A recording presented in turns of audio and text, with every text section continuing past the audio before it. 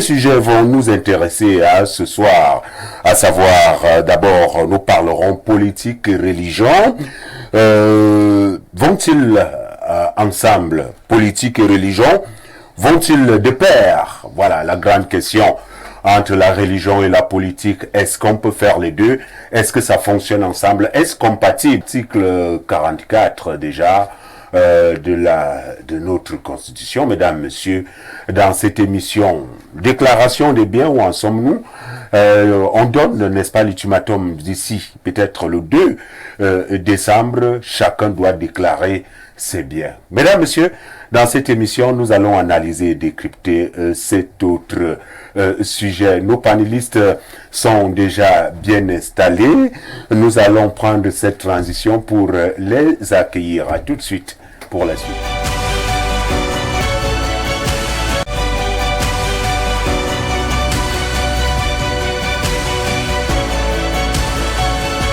Merci bonsoir à mes copanélistes, bonsoir à tous ceux qui nous regardent depuis leur poste de télévision, que ce soit dans leur domicile, dans leur lieu de service ou encore via Internet. Je salue tout le monde et puis je dis un bonsoir au Cameroun. Vous êtes imam? Effectivement, imam, je suis enseignant, prédicateur et aussi écrivain.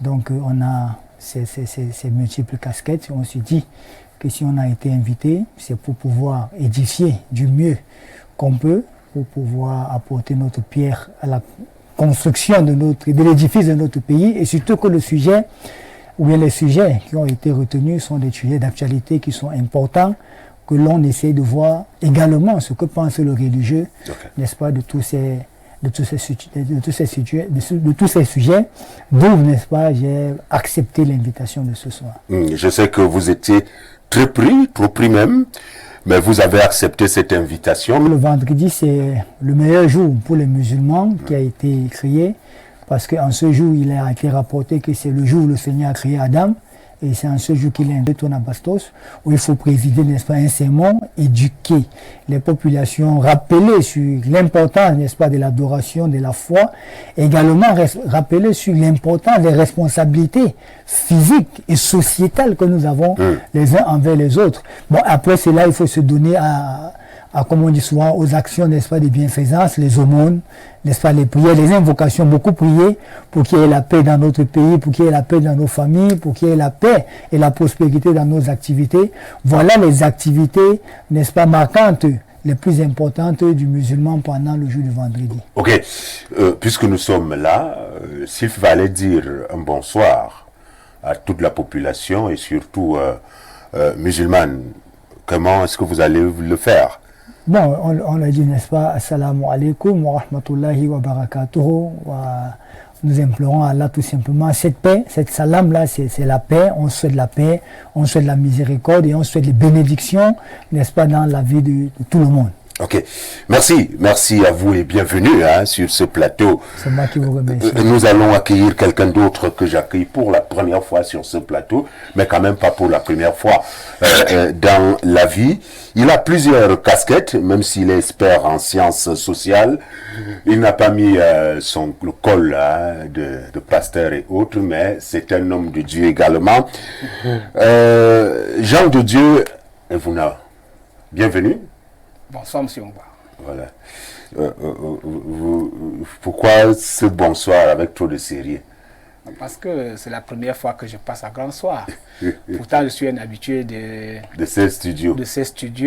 Sur d'autres émissions. Et c'est la toute première fois que je passe à Grand Soir. Donc, je ne suis pas habitué. Les autres, je suis habitué. Et quand est-ce que vous mettez votre robe avec col là? C'est quand vous allez à l'église? Vous êtes Quand est-ce que je vais? C'est lorsque j'ai un service sacerdotal à effectuer. C'est-à-dire, ça peut être à l'église, ça peut être hors de l'église, ça peut être dans une famille. Tout dépend du type de service qu'il faut faire. Et c'est en ce moment-là que je mets tout ce qui constitue le revêtement sacerdotal pour pouvoir exercer ma fonction de pasteur en ce moment-là. Ok. Ce soir, vous êtes non seulement pasteur, mais également expert en sciences sociales. Oui, expert en sciences sociales. Pourquoi? Parce que la religion compte parmi les sciences sociales. Il faut dire le savoir parce que beaucoup de personnes ignorent que la religion est au centre des sciences sociales telles que la sociologie, la psychologie, le droit et bien d'autres sciences sociales qui constituent un ensemble pour la construction de la mentalité, je veux dire de la mentalité ou de la conscience sociale. Donc c'est pour cela que au regard des années d'expérience, j'ai quand même eu cette expertise de pouvoir apporter ma pierre à l'édifice sur le plan social et pouvoir observer aussi les faits sociaux qui impliquent directement l'aspect politique ou qui influencent directement l'aspect politique. Ok, je ne dirais pas que vous êtes l'un des rares hommes de Dieu qui ne reste pas seulement à l'église, mais qui s'adonne dans la vie et qui donne son opinion et qui ne reste pas focalisé dans l'église simplement. Merci, bienvenue. Merci. Jean Merci, de Dieu. monsieur. Je vais accueillir quelqu'un d'autre sur ce plateau. Lui, je ne sais pas, je ne veux pas dire que c'est pas un homme de Dieu, mais en entrant là tout à l'heure, ses salutations étaient toutes particulières avec son voisin. Évariste Bobo, bienvenue. Merci, bonsoir M. Charles Apollinaire, bonsoir à tous mes copanélistes. La salutation spéciale, je l'ai déjà adressée à l'imam. Comment ça s'est passé? Aussi, les téléspectateurs peuvent quand même avoir cela, cette salutation-là. Non, c'est tout simplement la salutation islamique et c'est ce qu'il a répété tout à l'heure. Qu'est-ce que vous avez dit? Salam alaikum wa rahmatullah wa ta'ala wa barakatuh. Ouais, c'est comme ça que ça se dit. C'est qu'on abrège le plus souvent en disant tout simplement salam alaikum, salam, c'est la paix. Que la paix soit. Enfin, c'est le fonctionnement islamique. Bon, oui, je peux découvrir là que vous avez une certaine... vous êtes peut-être musulman? Non, pas du tout. C'est que j'ai fait beaucoup de religions en profondeur. J'ai fait beaucoup de religions en profondeur pour connaître un peu quel est le fondement, la base, le fonctionnement et l'objectif visé par les religions. J'ai fait beaucoup de religions en profondeur et puis donc... quand je suis avec un chrétien, je le fais aussi souvent à la forme chrétienne approfondie, même avec bien d'autres, même avec les rosicruciens, les maçons et tout. Quand même vous avez donc fait de grandes études à ce niveau? Je ne dirais pas de grandes études, parce que je n'ai jamais été élève quelque part, je dirais les grandes recherches. Les grandes recherches. Ouais. Est-ce qu'en priant, les gens peuvent, peut-être les militants du MRC qui sont en prison, en priant, ils peuvent avoir la liberté, être libres, ils peuvent avoir la liberté? Bon, si je dis que la prière ne peut rien faire, c'est que je ne serais pas très honnête. Pourquoi? Parce que la prière a cette faculté de... La prière a cette faculté d'influencer les ondes qui voguent autour des hommes, vous voyez un peu. Donc une prière bien faite, assez consistante, à de bonnes heures, avec le bon rituel, va forcément influencer. Donc si nos croyants décident qu'ils vont prier, ils peuvent influencer d'une manière ou d'une autre. Mais pour que ça influence, il faut beaucoup de critères. Et le fait que les prières aujourd'hui ne portent plus véritablement, c'est parce que ces critères sont rarement réunis. On est passé plus à la religiosité qu'à la foi. Donc, ça fait maintenant que les prières qui sont faites, parce que quand vous passez dans des églises et des cultes, vous entendez tout le brouhaha qui est fait et tout. Bon, peut-être ils diront que c'est leur façon, mais au niveau de mes petites recherches, je n'ai pas encore vu ça marcher de cette manière. Ça fait que vous verrez des personnes qui vont dire que l'année 2024 c'est mon année, c'est votre année, l'année 2023, et puis l'année 2024 ils vont dire la même chose, l'année 2025, l'année 2026, ainsi de suite.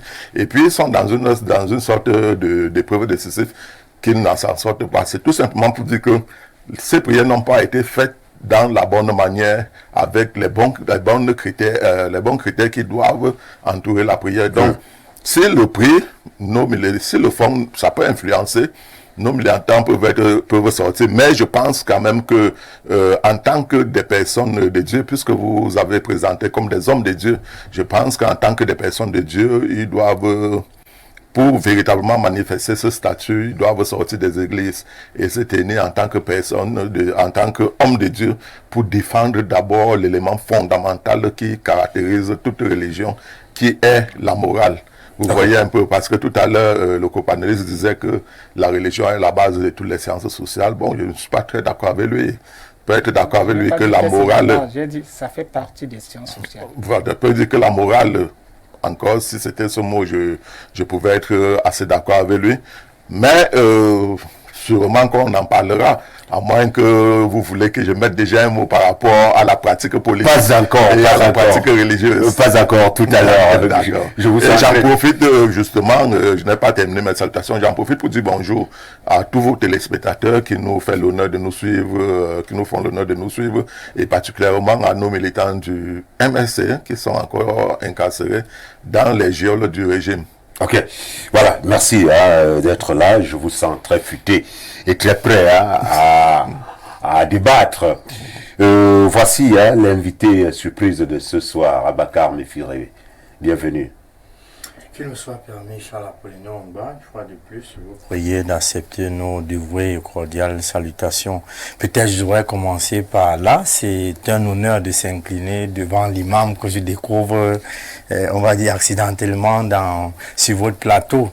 Nous aussi, nous avons une vraie crainte d'Allah, le créateur de l'univers. Nous voudrons donc aussi peut-être répondre aux salutations de l'imam. Wa alaykoum salam wa rahmatullahi wa ta'ala wa barakatuh.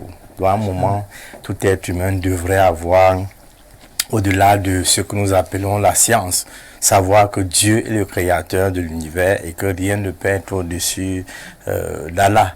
Donc, c'est un honneur d'être en face des co-discutants qui sont des lumières pour la société, parce que dès lors qu'on parle au nom de Dieu et du vrai, je pense que dans une société comme la nôtre, qui est de plus en plus en situation de déliquescence morale, certainement, au moins ça je vais être d'accord avec Monsieur Evouna, la religion peut apporter un plus avec un discours authentiquement religieux.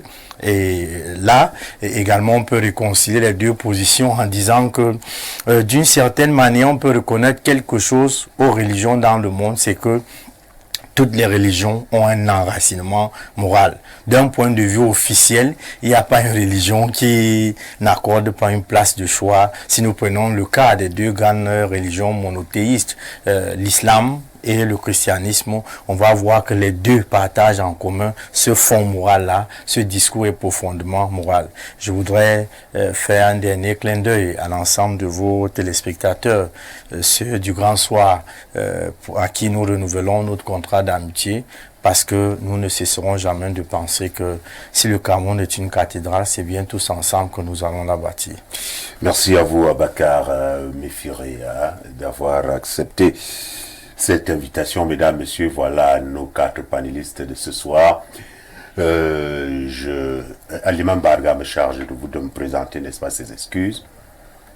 Il sera consacré très bientôt, dans quelques jours. Et il est trop pris pour ça. Et l'homme politique a eu un empêchement de dernière minute. Vous comprenez que Abakar Mefiré, que vous réclamez pour tous les jours, était obligé d'arriver là. Mesdames, Messieurs, vous faites bien de regarder la télévision. Petite transition, et puis on va dire un ou deux mots sur l'actualité avant de prendre le premier sujet phare à l'ordre du jour. Sur ce plateau, pour parler, il y a cela quelques jours, nous spéculons sur la mort. Monsieur Evouna, votre commentaire sur cette actualité, triste actualité. À chaque fois, parce qu'on voit qu'il y a une vie humaine qui est enlevée de manière brutale comme ça, par le terrorisme, ou même par accident, comme aujourd'hui, nous ne pouvons que être tristes. C'est la nation qui perd c'est une famille d'abord qui perd un fils, c'est aussi la nation qui perd une élite, c'est une vie qui est ici enlevée pour des questions purement politiques. Et nous nous inclinons devant sa mémoire.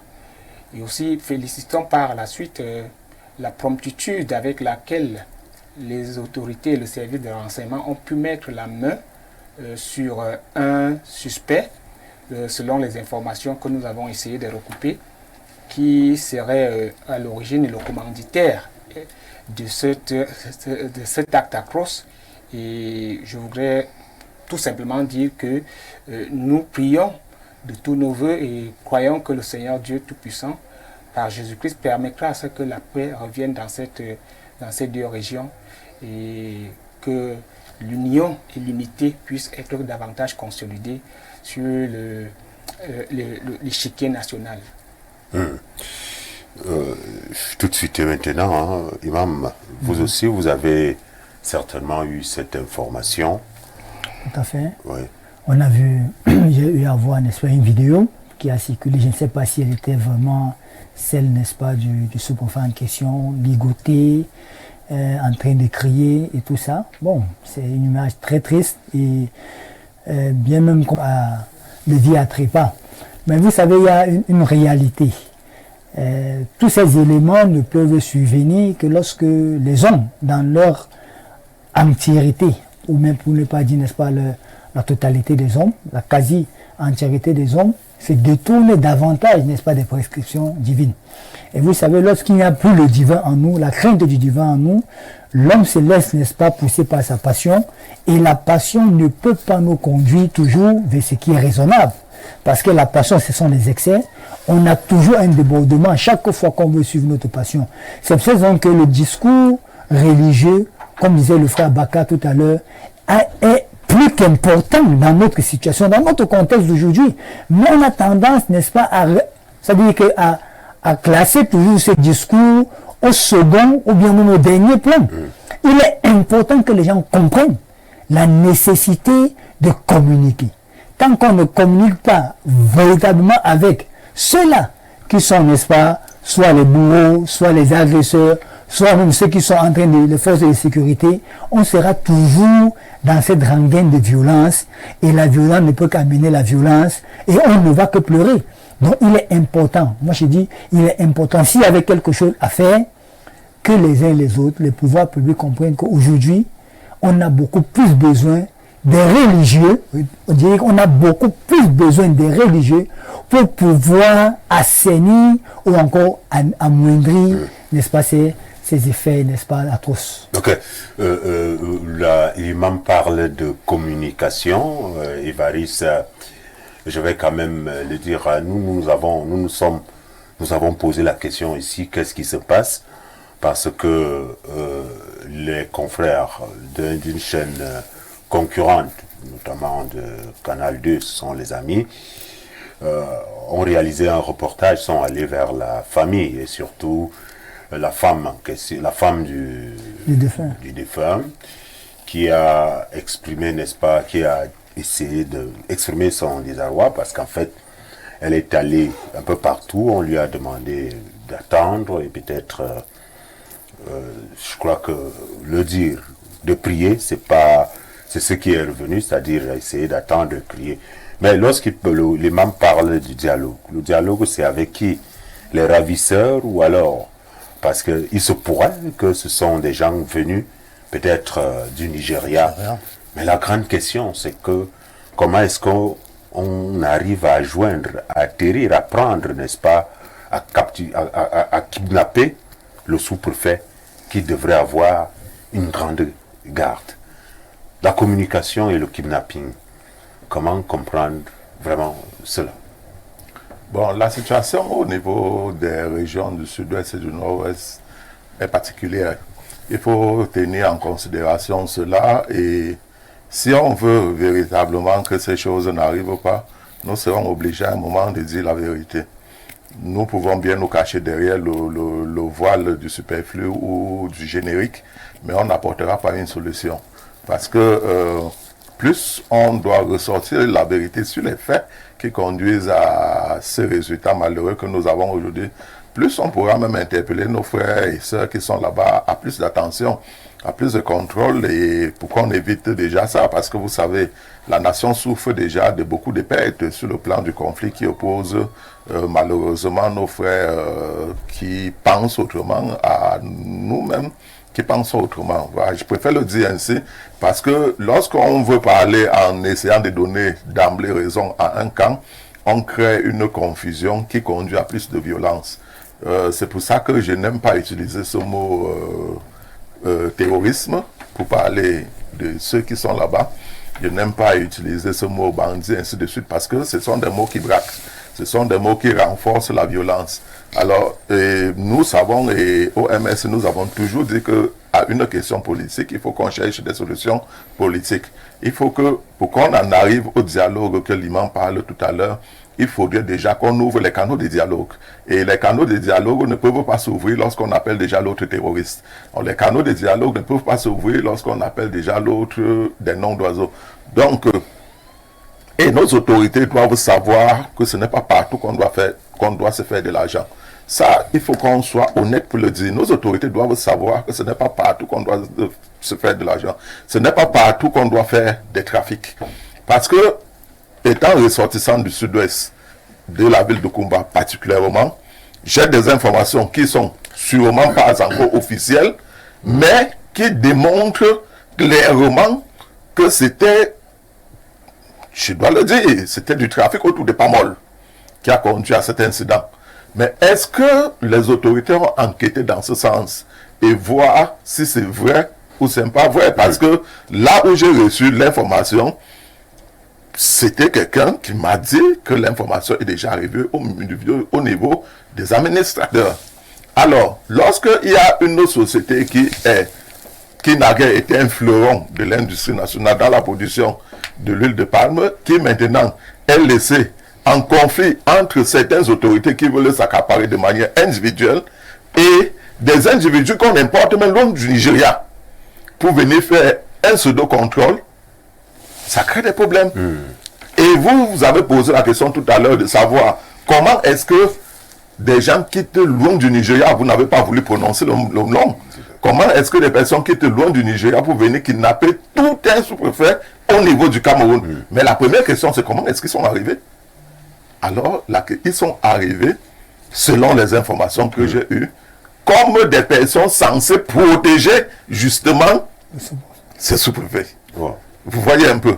Donc, il y a cela. Et vous voyez, lorsque nous avons du coup comme ça des enfants qui sont des orphelins, une charmante femme qui va devenir une veuve, vous voyez, ça fait véritablement du mal. Parce que, de même que nous ne souhaitons pas cela à nos enfants, nous ne pouvons pas le souhaiter aux autres. Donc, je pense que la parole de vérité déjà doit commencer à être prononcée, à être mise sur la table pour que chacun, après tout, ce sont des Camerounais, ce sont nos frères, ce sont nos soeurs, ce sont nos parents, ce sont nos amis. Il faudrait que ces paroles soient mises sur la table afin que chacun soit le plus prudent possible et qu'on sorte de cette situation. Déjà que il n'est pas acceptable que nous soyons à une situation où nous nous entretions, pourtant que nous pouvons procéder par un dialogue comme les mamans a si bien énoncé ici et arriver à une solution acceptable qui va faire que ces morts cessent. Okay. Donc, je pense que également, je parle du dialogue, mais je parle d'un dialogue sincère, une communication vraie et que nos autorités ne s'amusent pas à faire ce qu'ils font ailleurs parce que là, ils sont dans des zones en conflit. On vous a suivi. On vous a suivi, Abakar. Un commentaire sur cette triste actualité. Et je sais que le sous-préfet finalement exécuté. Nous n'allons pas revenir sur tout ce qui s'est passé, mais quand même c'est une triste réalité. Oui, c'est une triste réalité à la suite des autres co-discutants. Pour ne pas revenir sur ce qui est déjà dit, je voudrais dire que en réalité, on a été d'accord ici que nous sommes dans une société dans laquelle on observe sans accepter que la morale n'est plus le maître mot. Vous allez voir au niveau des individus, des entreprises, les professionnels ne mettent plus l'éthique et la déontologie au centre de leur exercice. À tous les niveaux, on peut le dire comme ça, on passe comme du normal au pathologique. L'échelle des valeurs est même comme renversée. De ce point de vue, nous pensons que les gens qu'il faut socialiser justement à la crainte de Dieu, c'est d'abord les gouvernants. Parce que dans ce qu'on décrit là, c'est un autre élément que nous introduisons. Il y a une véritable question de gouvernance. Il faut le dire, nous avons suivi le traitement de cette actualité. Vous l'avez commencé un peu à le déblayer. À un moment, on peut déjà, comme tout le monde ici, s'interroger comment est-ce que des gens peuvent partir du Nigeria pour venir. On parle quand même d'un sous-préfet. Comme on dit chez nous, le sous-préfet, c'est le chef de terre.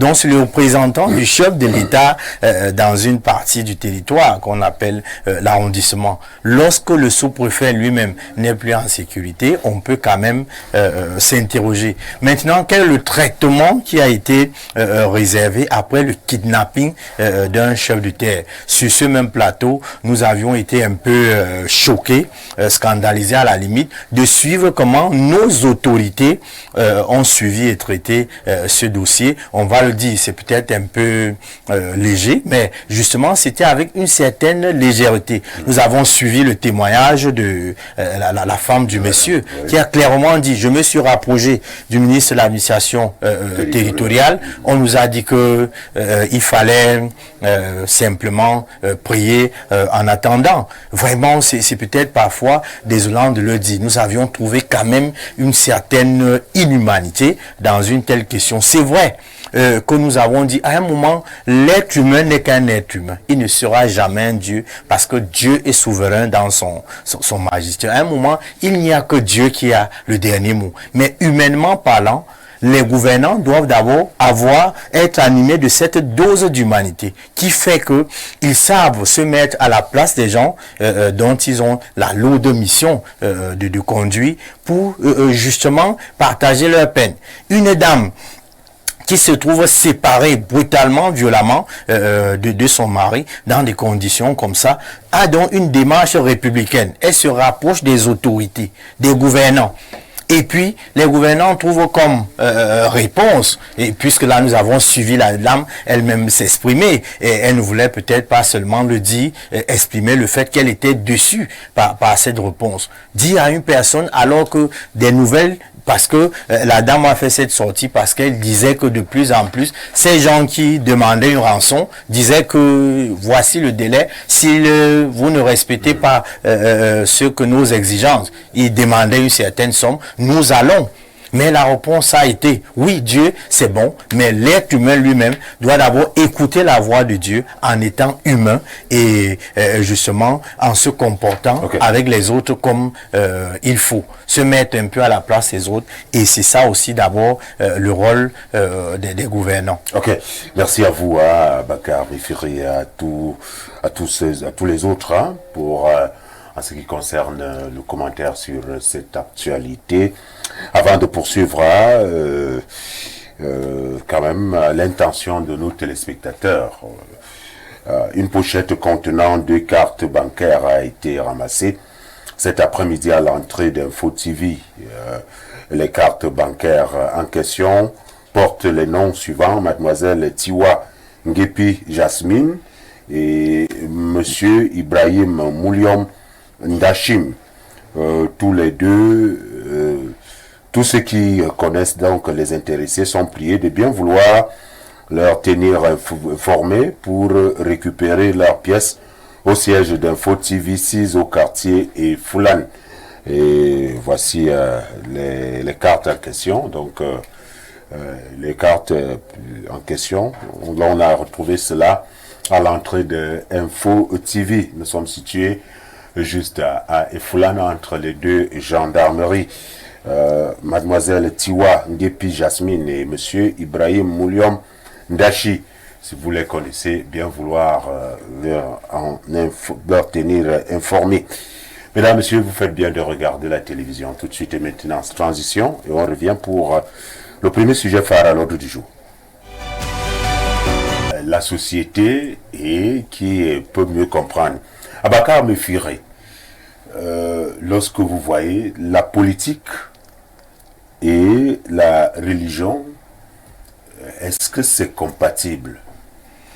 Oui, si nous voulons examiner le type de rapport qui existe ou qui devrait exister entre la politique et la religion, de manière péremptoire, nous allons dire que les deux doivent être compatibles. Parce que justement, à l'origine, on peut aller emprunter chez les gens dont on présente parfois comme des imposteurs. Vous savez, la guerre qui est entre les égyptologues avec la thèse de l'Égypte ancienne et puis la mythologie grecque. Voilà. Donc, si nous nous référons à Aristote, Aristote définissait la politique simplement comme l'art de diriger la société. À partir de ce moment-là, on ne peut pas soupçonner, on va dire comment, l'ignorance de la place de la morale dans l'exercice ou la gouvernance. Donc, d'un point de vue originel, ou bien même on pourrait le dire étymologiquement, la politique doit bien aller avec religion, dans le sens où, nous l'avons déjà dit ici, toute religion, par principe, a pour élément fondamental la morale, puisqu'il n'y a pas de religion dans le monde qui enseigne le mal. Dans toutes les religions au monde, par principe, si nous prenons le cas, nous l'avons dit, des grandes religions monothéistes, l'islam et le christianisme, Dieu recommande le bien et éloigne le mal de l'homme. À partir de ce moment-là, la politique qui devrait être ce modèle de gouvernance dans lequel la morale occupe la première place, où autrui est considéré comme soi-même, où on fait du bien pour soi et on ne fait que le bien pour les autres. Donc l'esprit de partage, par exemple, l'altruisme et une gouvernance de qualité devraient être donc les maîtres mots justement dans la politique. Donc la politique devrait justement s'inspirer. Les gouvernants, on devrait le dire comme ça, devraient même être les premiers hommes de Dieu. On devrait être choisi par Dieu pour conduire un troupeau. L'homme politique qui est le gouvernant, le dirigeant ici. Mais dans le deuxième pilier, on peut voir que de plus en plus, dans les sociétés humaines, on a donné l'orientation de la politique à la couleur politicienne. De ce point de vue, certains travaux des philosophes et d'autres sociopolitiques distinguent la politique au sens premier du terme et la politique politicienne. Dans la politique politicienne, on fait désormais de la politique, comme disait quelqu'un, le viol des foules par la propagande politique. Donc les politiciens deviennent justement des gens, comme on dit souvent, qui disent que tous les moyens sont bons pourvu qu'ils soient efficaces. La démagogie, au lieu de la morale, devient des maîtres mots. Tous les moyens, en commençant par le mal, deviennent donc des éléments de prédilection, justement, pour instrumentaliser, manipuler, dominer. L'autre n'est plus vu comme un alter ego, un semblable, avec qui on doit avoir des rapports de justice, avec qui on doit partager, mais l'autre est vu comme le sujet qu'on doit dominer, qu'on doit captiver pour pouvoir asseoir son pouvoir. Donc c'est l'orientation de la politique au sens politicien du terme. C'est d'abord ça qui crée les divisions. Vous savez que la politique politicienne, c'est les clivages, ce sont les divisions. Donc lorsque nous nous retrouvons parfois ici au milieu justement des politiciens sur votre plateau, vous voyez que d'un côté, c'est chez nous qui sommes bien et de l'autre côté, le mal est de l'autre côté. Donc cette politique politicienne sème la division entre les êtres humains qui par définition, comme le dit toutes les religions, sont des frères. Le simple fait d'être tous des créatures de Dieu fait de nous des frères. Et un frère, vraiment, comme on dit, c'est un être qu'on aime. C'est quelqu'un avec qui on partage des valeurs. C'est quelqu'un pour qui on ne souhaiterait jamais le mal. Donc c'est la politique politicienne qui oppose religion et politique. Okay. Donc c'est le deuxième sens que nous donnons. Tout à l'heure, vous allez faire l'autopsie, n'est-ce pas, de la politique et la religion au Cameroun. Hein? Véritablement, l'autopsie, la réalité, qu'est-ce que nous vivons, c'est véritablement ce que, dans le principe, religion et politique doivent être compatibles, mais est-ce que c'est ce que l'on dit? Évariste, vous êtes un homme politique. Hein? Vous venez de suivre Abakar Mefire au premier moment. Politique, religion, oui, compatible. Un homme politique doit être un homme exemplaire. Mais là, nous vivons la politique politicienne qui devient tout autre chose. Et là, on se pose la question si politique et religion peuvent toujours être de pair, aller de pair. Non, ça ne... Vous savez, M. Charles Apollinaire, il faut qu'on ait un langage vrai. Les deux ne peuvent pas aller ensemble. Pourquoi? Parce que les deux sont des organisations hégémoniques. Vous voyez, la religion est encore plus hégémonique que la politique. Et les deux ont des considérations humaines différentes. Parce que, M. Mephiré l'a dit si bien tout à l'heure, en religion, on considère le citoyen comme l'agneau, comme un agneau, ouais, comme un bélier, un animal, un mouton et tout ça. Et puis il faut un pasteur pour le diriger, je ne sais pas où, à l'abattoir ou à la cage. De toute manière, son destin n'est pas reluisant. Toute brebis ou tout bélier avec, son pasteur n'a pas un destin reluisant. Donc c'est cette considération. Pourtant qu'en politique, nous considérons le citoyen comme le détenteur de la souveraineté. Vous voyez, ça fait donc cette différence de compréhension, cette différence de classification de ceux qui doivent recevoir nos messages, font en sorte qu'ils ne peuvent pas avoir compatibilité. Si on recense même dans l'histoire, vous avez vu lors des croisades, les rois, ils sont allés avec l'autorité politique, avec les religieux, avec l'autorité religieuse, qui n'est pas l'autorité morale, parce que là, il faut qu'on fasse clairement cette distinction. La religion n'a absolument rien à voir ni avec la morale, parce que depuis, j'entends mes companélistes se présenter la religion comme le détenteur ou le fondement de la morale. C'est totalement faux. La religion n'a absolument rien à voir avec la morale. La religion n'a absolument rien à voir avec la foi ou la spiritualité. Donc, la politique ne peut pas aller avec la religion. Pourquoi? Parce que les deux organisations sont hégémoniques. Hégémoniques, et dans le cas où la religion a dominé, nous avons vu, en lisant l'histoire, nous avons vu les 1000 ans d'obscurantisme de l'Europe.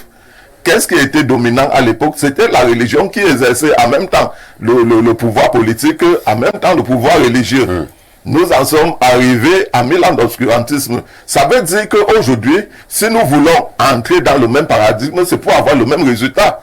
Alors, nous avons vu, comme je parlais tout à l'heure, lors des croisades, des souverains politiques qui sont allés avec les souverains religieux, mais à la suite, les souverains politiques étaient obligés d'éliminer complètement les souverains religieux parce qu'il y avait déjà un détournement de ce qui était la force, qui était l'objectif visé par cela. Donc, il faut que les religieux comprennent très bien. Je disais tout à l'heure que les religieux doivent sortir. S'ils sont véritablement les hommes de Dieu, tels qu'ils le disent, ils doivent sortir des mosquées, ils doivent sortir des églises, ils doivent sortir des chapelles. Pourquoi je le dis? Parce que nous ne pouvons pas être dans une société avec autant d'églises qu'on a, avec autant d'hommes de Dieu que nous avons, avec autant de temps que nos frères, nos sœurs et tout le monde passent dans les églises, et nous avons en retour une société moralement délabrée.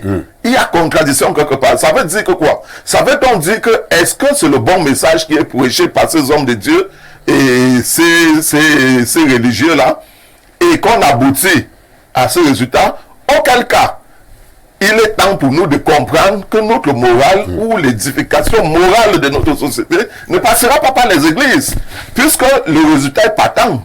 Depuis que cette religion nous a été imposée, ces religions nous ont été imposées jusqu'à ce jour, nous n'avons vécu qu'à une dégradation continuelle de notre morale jusqu'à aujourd'hui. Et aujourd'hui, ces hommes qu'on appelle les hommes de Dieu, vous savez quels sont les affres que ces gens font. Alors, l'organisation politique, maintenant, on va parler de politique politicienne, on va parler de confrontation, c'est normal, puisque la politique est une organisation qui fait dans le marketing idéologique. Ça veut donc dire que sur un plateau comme ceci, mon alter ego, qui n'est pas forcément mon ennemi, lorsqu'il est dans une politique que nous voyons par projection, ne peut pas apporter de bons résultats à l'économie, nous dénonçons cette politique, pas parce que nous en faisons un adversaire, mais parce que nous voulons une amélioration.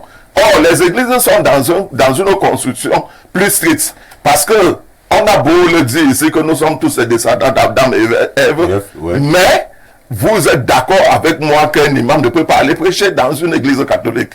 Vous êtes d'accord avec moi qu'un pasteur ne peut même pas aller dans la chapelle de la même congrégation religieuse, dans une autre chapelle, même de la même congrégation religieuse de prêcher. Ça veut donc dire qu'ils sont dans une forme de sectarisme extrêmement avancée. Et cette forme de sectarisme ne conduit qu'à la destruction du tissu social du pays. Ça, il faut le comprendre tout simplement. Nous avons cru à cela, mais après, nous avons vu les limites de la chose. Et maintenant, je pense qu'il est nécessaire pour nos hommes de Dieu et nos imams de penser à la religion camerounaise, de penser à la croyance camerounaise. On verra ça tout à l'heure. On verra ça tout à l'heure, et Évariste. Maintenant, les hommes de Dieu vont s'exprimer.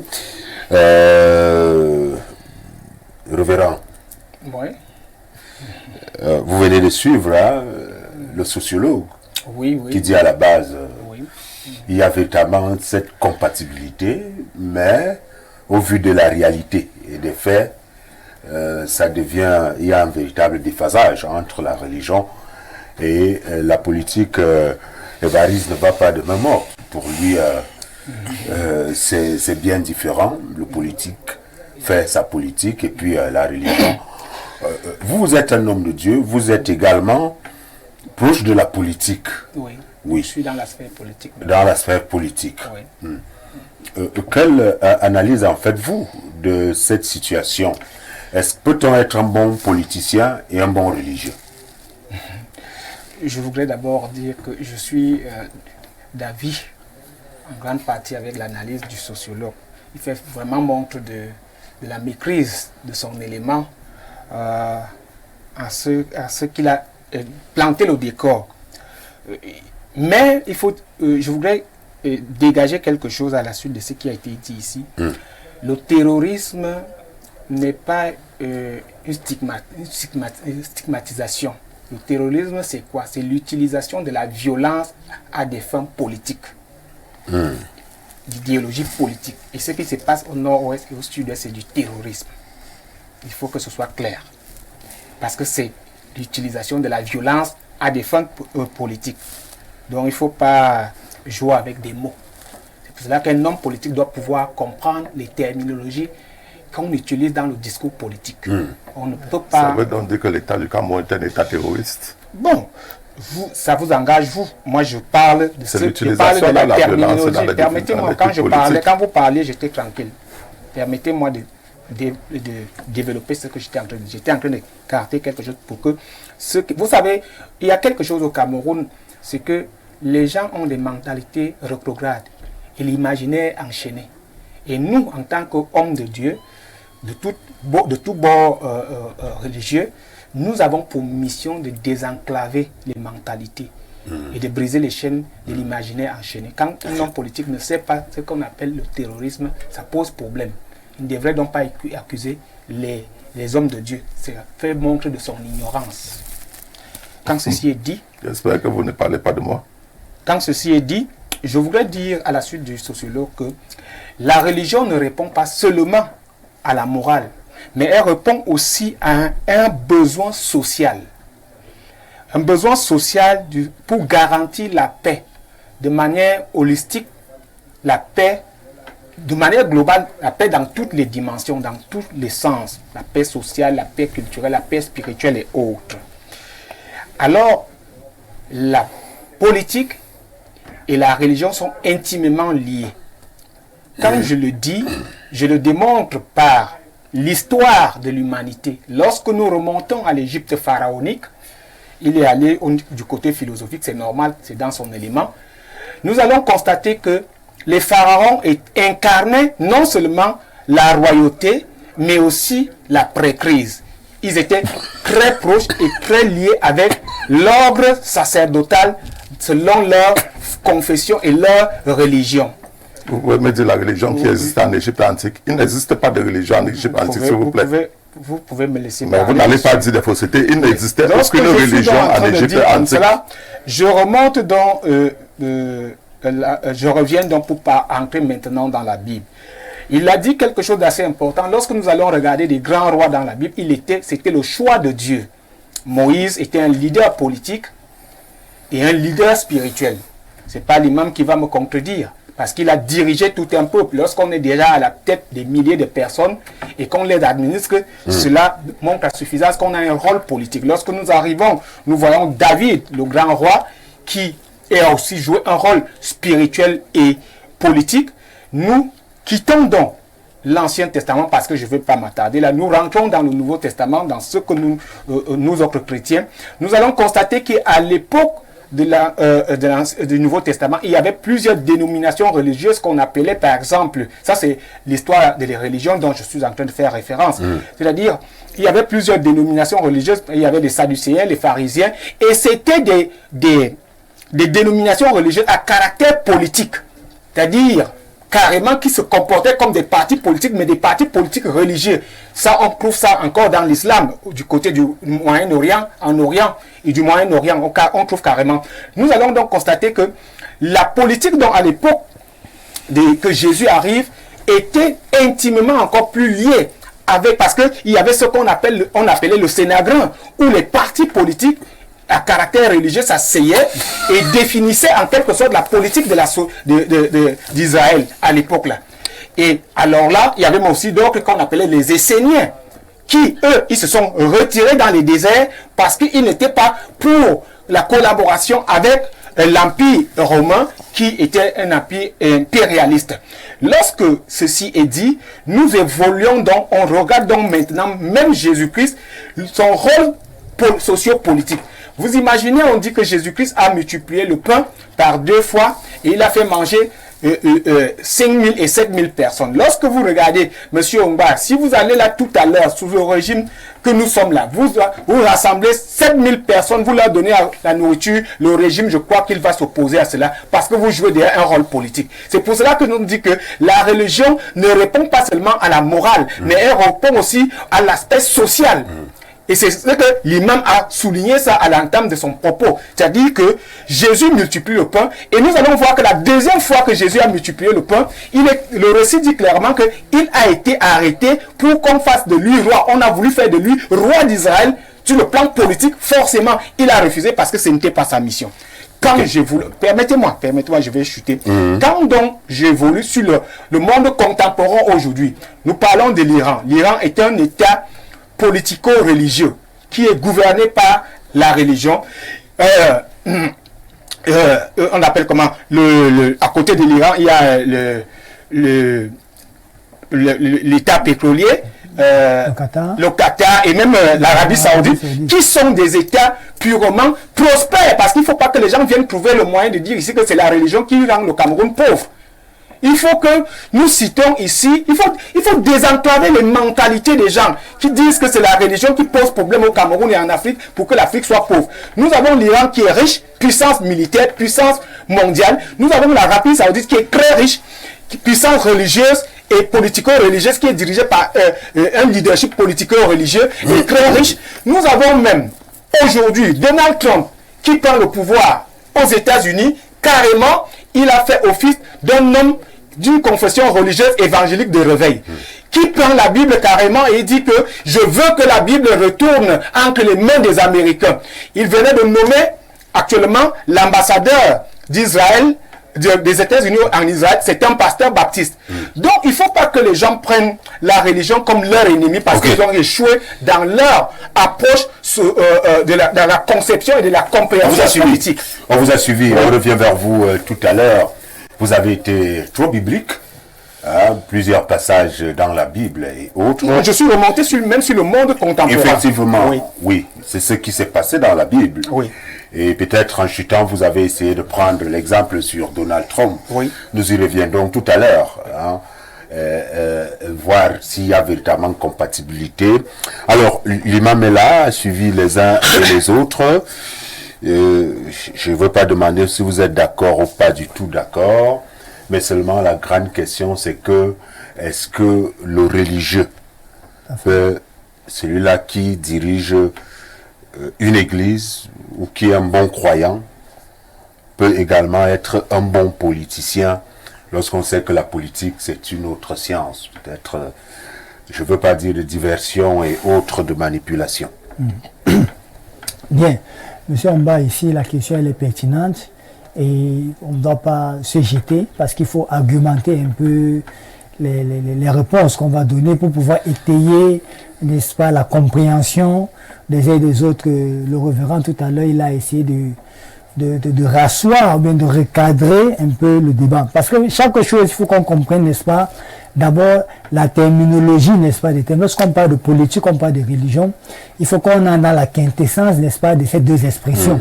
Pour qu'on trouve une compatibilité, il faut rentrer, n'est-ce pas, questionner. Parce que si c'est chacun qui va donner sa définition, ça sera un peu utopique. Mais il y a quand même des canons qui nous montrent qu'il y a des réflexions qui ont été faites, vraies ou faux, mais qui peuvent donner, n'est-ce pas, un sens. À la suite de ce que Abaka disait tout à l'heure, quand j'ai essayé de réfléchir, je me dis que si on met politique, on met religion.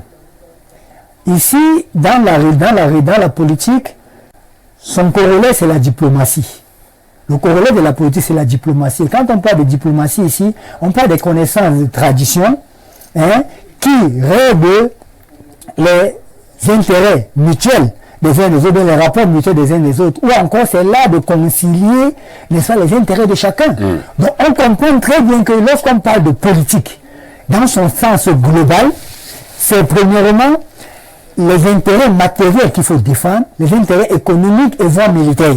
Parce qu'un pays ne peut pas se développer, et on l'a montré, même tous les prophètes qui sont venus, ils sont venus toujours avec une force militaire qui les accompagnait dans leur mission. Et à côté de cela, il y a le social, qui est, n'est-ce pas, indissociable. Maintenant, le fondamental, c'est cette relation qu'on crée entre l'homme et son Seigneur et la coexistence entre l'homme et l'homme. Ça, c'est le pilier fondamental, n'est-ce pas, de la religion.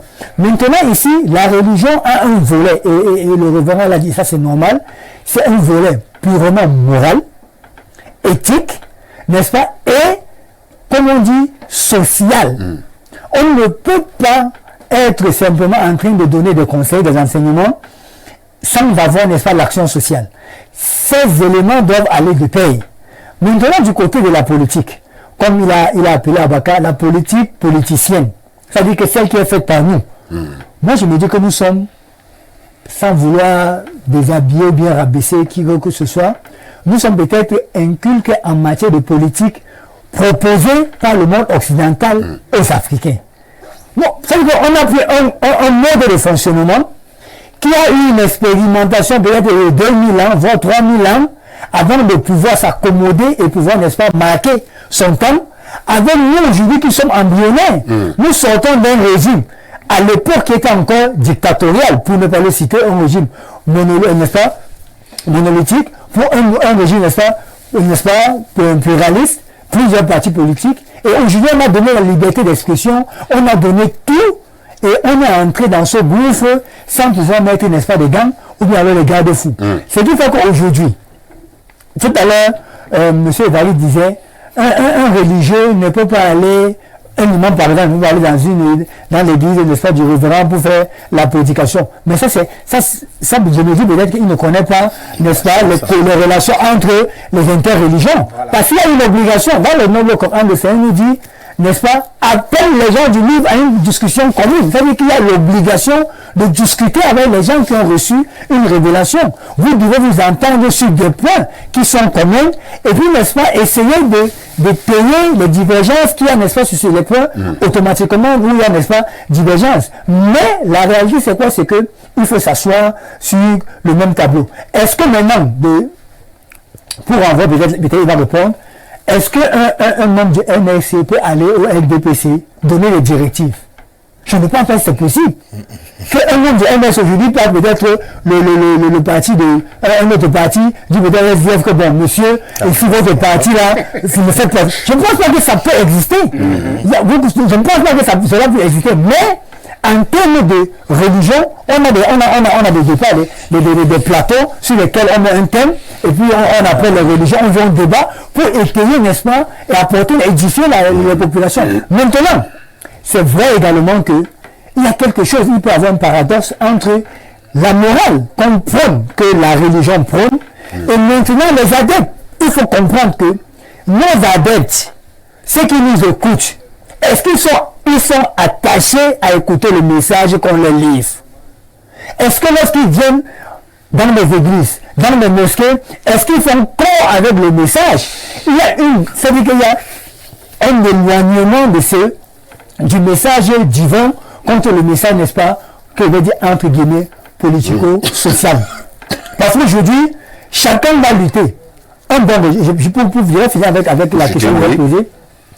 Un bon religieux, pour qu'il soit un bon politicien, il faut qu'il débarrasse de lui la casquette du politicien, de la politique politicienne, et qu'il fasse la politique purement sociétale. Cette politique qui lutte pour le changement de valeurs. Quand nous venons aujourd'hui, on est épris, on est sidéré de voir autant de morts. C'est parce que nous connaissons que cela affecte tout le monde. Ça touche la société. Okay. Et pour véritablement faire une scission, ou bien alors coalition compatibilité entre les deux, il est important que le politicien soit véritablement religieux, qu'il soit véritablement religieux. S'il n'est pas véritablement religieux, ce sera un hypocrite. Ok. Bon, s'il n'est pas véritablement religieux, le politicien sera un hypocrite. Un hypocrite, il va jouer un double jeu. Évariste, vous avez été... il y a des questions, hein, et des réactions. Certainement, d'abord, vous allez à réagir. Absolument. Mais en réagissant, je voudrais que l'on essaie de voir au Cameroun, en Afrique, est-ce que c'est cette religion, cette politique-là, et cette religion à la base que nous pratiquons? C'est-à-dire, il était bon, comme le disait l'imam, c'est-à-dire le politicien doit être celui-là qui est un homme social, un homme qui comprend l'autre, qui sait que tel, il a faim, l'autre, il doit travailler, ainsi de suite. Est-ce que c'est ce que nous vivons aujourd'hui, véritablement? Monsieur Charles Apollinaire, je dois convoquer, je commence par cette citation de Confucius qui dit « Lorsque vous ressentez la douleur, ça veut dire que vous êtes vivant. Lorsque vous ressentez la douleur de l'autre, ça veut dire que vous êtes humain. L'homme politique est un homme fondamentalement humain. Parce que vous savez très bien la quantité de coups que l'homme politique prend pour faire vivre une idéologie. Faire vivre une idéologie consiste à débarrasser le plancher de l'ancienne idéologie. Alors nous qui nous levons aujourd'hui, nous qui prenons ce sacrifice, nous qui nous exposons à tous les affres du régime totalitaire, qui prenions tout ce coup, quand des personnes viennent ici nous dire que nous sommes des hypocrites ou bien que nous manipulons la foule, nous rions. Nous rions pourquoi? Parce que eux tous ils ont dit ici, on nous a donné la liberté et on nous a donné le multipartisme. Non, la liberté ne se donne pas, la liberté s'acquiert. Et vous comprenez que lorsque des personnes ont une construction morale de ce genre, rien de bon ne peut sortir de là. Absolument rien de bon. Lorsque dans une société, un citoyen arrive quelque part et que ce citoyen est traité de brebis, ça veut dire qu'on a réduit ce citoyen à son expression animale. Cette figure de style, vous le savez très bien, que les figures de style ne sont pas prises au hasard. Je continue en disant, vous savez, dans la Bible du pasteur, il est écrit qu'on reconnaît le bon arbre à ses fruits.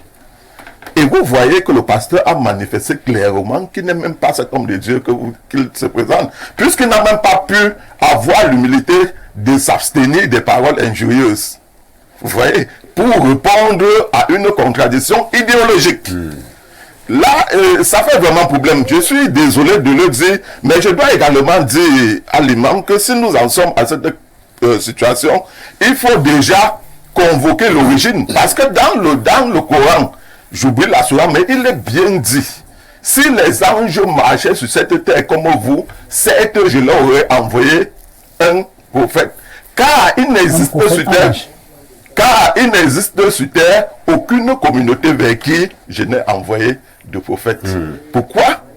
Fort de cette déclaration, on sait, eux ils le disent, que toutes les paroles dans le Coran, c'est la parole de Dieu. Pourquoi alors Dieu dit qu'il n'existe sur cette terre aucune communauté vers qui je n'ai envoyé de prophètes? Pourquoi donc ici au Cameroun, nous sommes encore obligés d'adorer les prophètes des autres? Ça veut donc dire que quoi? Soit ils ne comprennent pas le message divin, soit ils contredisent le message divin. Là-bas, lorsque la base est fausse, on aura de mauvais résultats. Ça, il faut qu'on soit clair là-dessus. La religion contribue au développement des personnes qui ont mis sur pied cette religion. C'est une construction idéologique qu'on a teintée de spiritualité. Alors, lorsque nous en sommes ici et que nous prions tel que nous prions depuis, quel est le résultat que nous avons obtenu? Vous voyez notre société, je n'en parle pas. Alors, lorsqu'une religion s'impose en nous de manière violente, de manière tyrannique, avec de multiples assassinats, est-ce encore Dieu? Il faudrait qu'on se pose cette question. Et maintenant, il est fatigant de voir jusqu'à nos jours des personnes qui continuent à nous faire croire que c'est en se comportant en photocopie humaine qu'on obtiendra la prospérité. La prospérité ne peut s'obtenir nulle part dans le monde en imitant les autres. On peut tirer les leçons des comportements des autres, mais on ne peut pas imiter les autres pour s'en sortir. Donc, la base qui fait déjà que des constructions idéologiques sont arrivées ici en contradiction de la sourate, en contradiction flagrante de la sourate, des constructions idéologiques autres sont arrivées ici, se sont imposées à nous et ont été portées par nombre d'entre nous qui s'éclament les hommes de Dieu. Moi, je ne dis pas que les hommes de Dieu, ce sont des contremaîtres. Ce sont des contremaîtres à la même dimension que les contremaîtres qui foutaient nos parents lors de l'esclavage. Le mot homme de Dieu, le nom homme de Dieu, il n'en existe pas. Oh là là. Puisque nous n'avons pas les bons fruits, ça veut dire que si nous n'avons pas de bons fruits, nous ne pouvons pas dire que nous sommes en face de bons arbres. Okay. La moralité chrétienne, la moralité camerounaise et africaine en général dans les pays qui sont sous les coupes de ces religions-là se dégrade de jour en jour. Il ne faut le comportement même de ces hommes de Dieu, de ces soi-disant hommes de Dieu, lorsqu'on les voit, je ne vous apprends rien. Et maintenant, nous disons quoi? Quand nous disons que la politique est incompatible avec la religion, c'est comme je l'ai dit, les deux organisations sont des organisations hégémoniques. Ça veut donc dire que lorsqu'on associe la religion et la politique, à un moment, il y aura un conflit. Un conflit lié au fait que l'hégémonie politique voudrait placer le citoyen comme le garant de la souveraineté, alors que l'hégémonie religieuse voudra placer le citoyen comme la brebis qu'on doit guider et qui doit suivre de manière aveugle. Ok. Il y a beaucoup de messages là. Il y a tellement de messages, je sais. Vous voulez réagir, monsieur? Mais c'est le tour de parole de Mifiré. D'accord. Si vous allez faire 30 secondes. Non, je vais prendre la parole à mon tour. Ok. Vous voulez réagir très rapidement. Oui, allons-y. Le verset que M. Varis a cité, c'est normalement un verset du Nouveau Coran, c'est le verset 95 du chapitre 17. Il faut bien comprendre la révélation. C'est-à-dire qu'il ne faut pas interpréter, n'est-ce pas, les textes, n'est-ce pas, révélés par ce parce que nous pensons être, n'est-ce pas, compréhension ou bien incompréhension. J'y suis, n'est-ce pas? Le temps pour vous peut-être de vous retrouver? Non, j'y suis arrivé. Ok. Bien, le Seigneur dit, n'est-ce pas, dit, s'il y avait sur terre des anges marchant tranquillement, nous aurions cette fait descendre sur eux du ciel un ange messager. Ça veut dire quoi? Ça veut pas dire que on a fait. Le Seigneur nous rappelle que sur cette terre, il a envoyé dans chaque communauté. Quand on parle de communauté, ce n'est pas de pays. Ici, il faut comprendre la religion. Ce n'est pas le pays. Le Seigneur dit, quand on a ummatan, n'est-ce pas? Quand on a ce ummatan wahida, à l'époque, à l'origine, les gens ne formaient qu'une seule communauté. N'est-ce pas? Et au fur et à mesure que les gens ont commencé à se peupler, n'est-ce pas, les divergences sont nées, et alors, n'est-ce pas, le Seigneur a fait, n'est-ce pas, il a envoyé le messager, il a fait descendre les livres, et à la base, on trouve même depuis la Genèse, lorsque le Seigneur fait descendre Adam et Ève du paradis pour leur acte de désobéissance avec le diable, il a dit que chaque fois que je vous enverrai un messager venant de moi, tous ceux qui vont suivre ces messagers ne seront pas attristés, ne seront pas affligés. Ça veut dire que depuis la déchéance d'Adam et d'Ève, ils ont déjà le message qu'il y aura des prophètes qui vont arriver.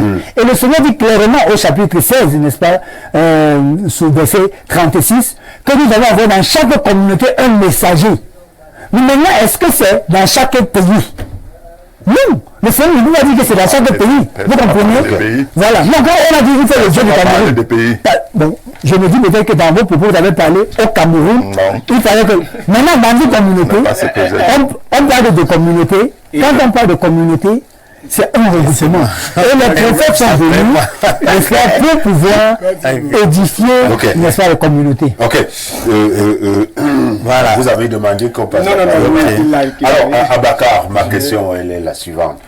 En suivant les uns les autres, si nous avons tant d'églises, si vraiment Dieu, la politique est compatible à la religion, nous avons tellement d'églises au Cameroun, donc nous avons tellement de croyants, mais l'évolution de la société va dégradante. Les mentalités des uns et des autres, voire même le comportement de ces hommes politiques qui promettent des choses, mais sans toutefois réaliser. Et on se pose la question si nous sommes toujours dans la même définition que vous avez donnée dès le départ. Très bien. Je voudrais d'abord commencer, Charles Apollinaire. Je suis au moins d'accord avec M. Évariste que peut-être nous devons éviter de verser dans les jugements de valeur qui peuvent nous plonger dans ce qu'on vit souvent ailleurs, où on a l'impression que le débat c'est le pousilat. Donc je ne veux pas verser dans les jugements de valeur, mais je veux quand même commencer par dire que il y a un auteur camerounais, paix à son âme, qui disait que il était en train de finir un ouvrage qui avait pour titre l'art d'être hors sujet. Pour ce soir, je ne voudrais pas être hors sujet. Votre thème est clair. Voilà. Y a-t-il possibilité de compatibilité entre religion et politique? Nous sommes dans le thème. Le débat où on veut nous amener, là, on peut bien le faire. Voilà. C'est un autre débat, M. Apollinaire. Nous sommes restés scientifiquement sur le thème. Est-ce que politique et religion sont compatibles? Charles Apollinaire, vraiment modestement, pour le petit pédagogue que je suis. Et tout à l'heure, nous avons emprunté à la philosophie. On apprend aux enfants la dialectique. C'est-à-dire que pour un même sujet, il peut avoir un pour et il peut avoir un contre. Nous sommes donc restés méthodiques en disant que dans une certaine mesure, politique et religion sont compatibles. Nous avons présenté ces arguments. Mais dans une autre mesure, on disait souvent aux enfants, on ne va pas réciter ce que les autres disent. La thèse de votre thème de ce soir, c'est que oui, politique et religion sont compatibles. Ça qu'on disons dans une certaine mesure. Et l'antithèse, c'est que non, dans une certaine mesure, politique et religion ne sont pas compatibles. Donc il y a bien un rapport d'incompatibilité dans une certaine mesure, mais il y a aussi un rapport de compatibilité. Nous pouvons même trouver un troisième rapport à la synthèse. On peut bien réconcilier politique pour aller vers votre religion, vers votre question, je voulais dire. On peut bien réconcilier la politique et la religion. Là, nous entrons dans la pratique. Oui, on peut être d'accord. Vraiment, ce soir,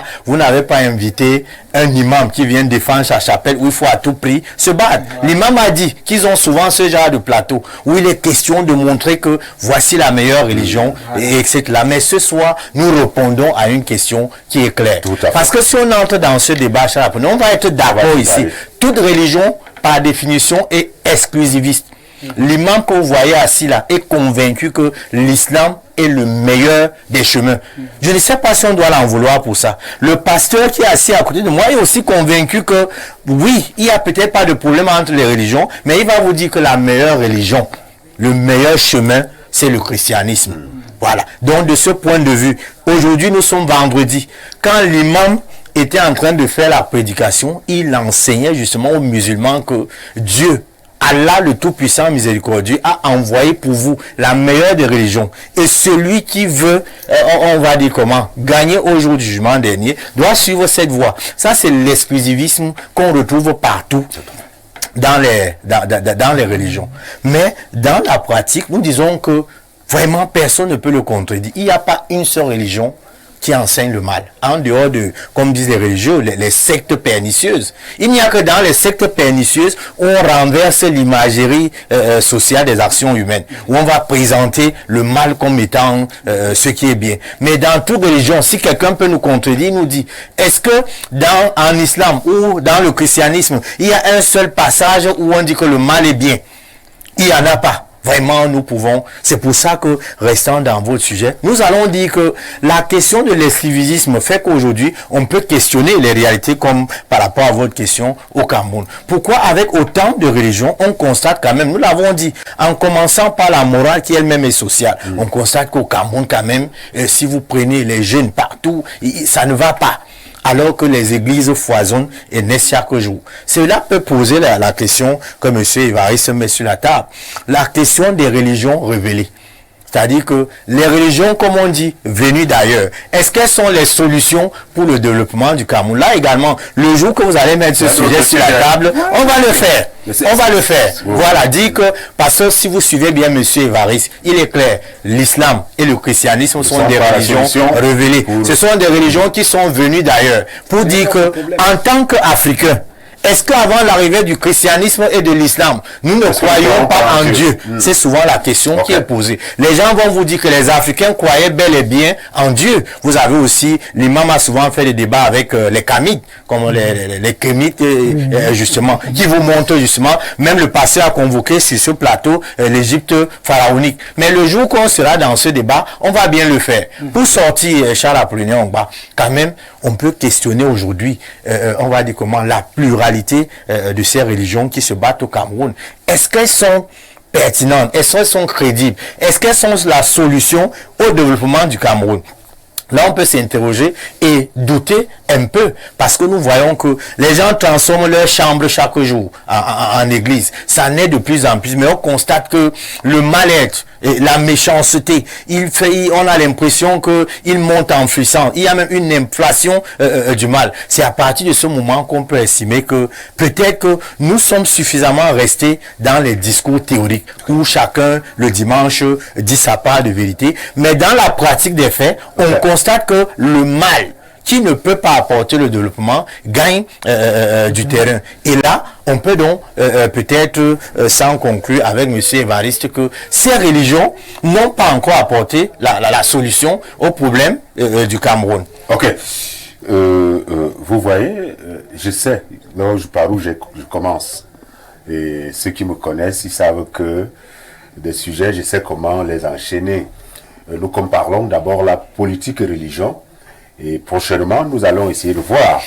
Et c'est là où M. Évariste va donc certainement prouver que, bon, peut-être les religions importées là ne sont pas les meilleures. Est-ce que la religion peut développer, enfin, ces religions importées peuvent développer le Cameroun et l'Afrique?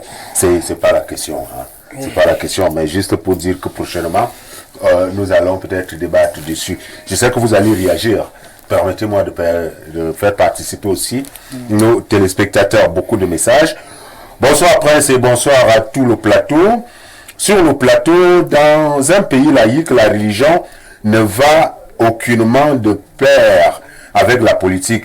Si ce n'est pas le cas, les différentes sensibilités confessionnelles pourraient constituer un frein à l'aboutissement des visées des politiciens.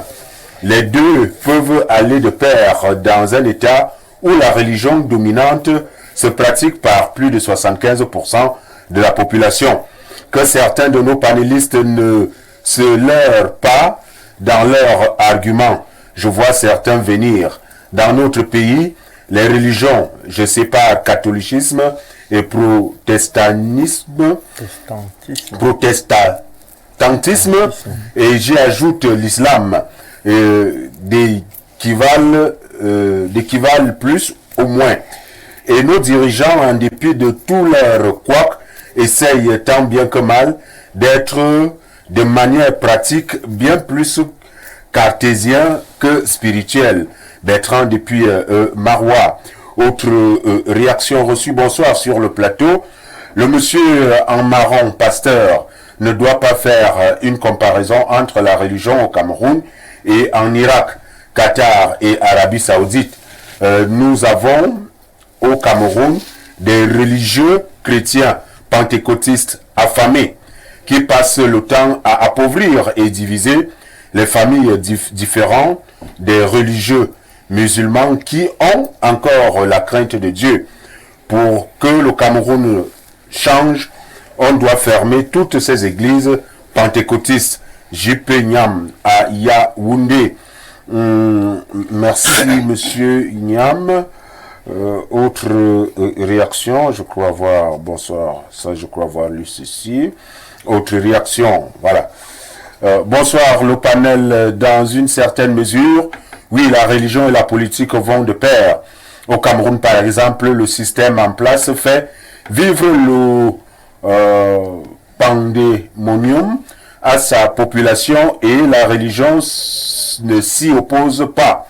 On dirait même qu'elle est complice et s'enivre des souffrances des Camerounais. Landry de Koundoum. Autre réaction reçue. Bonsoir Prince et bonsoir à tout le panel. La religion et la politique n'est pas, ou alors la religion et la politique ne sont pas compatibles. Les Africains ne font pas de recherche technologique comme chez les Blancs et les Asiatiques. Nombreux sont ceux qui maîtrisent la politique, les religions en Afrique, mais très peu sont ceux qui s'intéressent à la découverte des innovations, les recherches technologiques.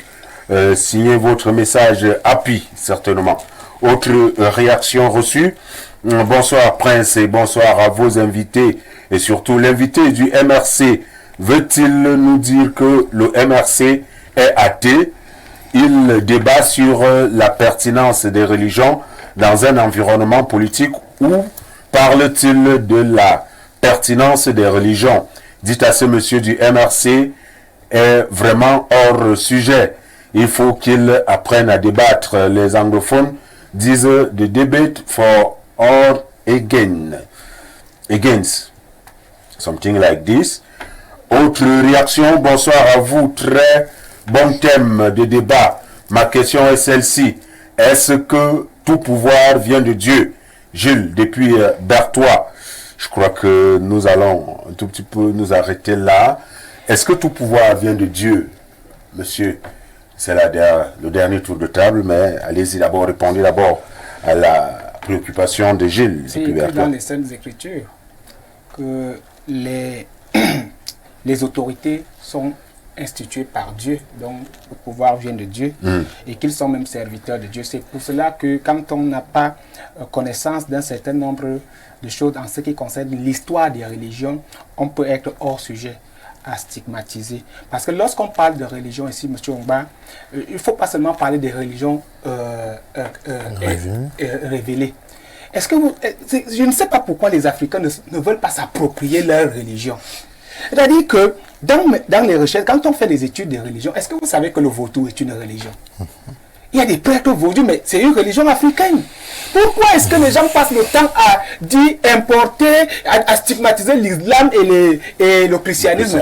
Mais faites valoir vos religions. Est-ce que vous savez que moi, je considère le Ngom qui va commencer, je crois, dans quelques jours, c'est moi, décembre, non? Oui, je considère le Ngom comme étant une religion.